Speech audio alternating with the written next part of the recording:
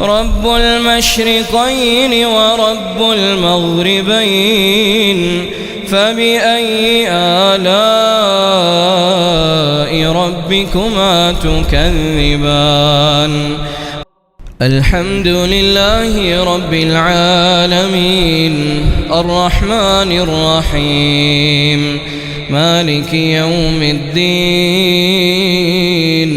إياك نعبد وإياك نستعين، اهدنا الصراط المستقيم، صراط الذين أنعمت عليهم غير المغضوب عليهم ولا الضالين،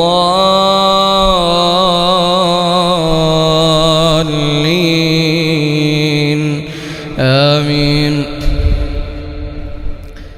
الرحمن علم القرآن، خلق الإنسان علمه البيان، الشمس والقمر بحسبان، والنجم والشجر يسجدان، والسماء رفعها ووضع الميزان، ألا تطغوا في الميزان، وأقيموا الوزن بالقسط ولا تخسروا الميزان، والأرض وضعها للأنام، فيها فاكهة والنخل ذات الأكمام، والحب ذو العصف والريحان،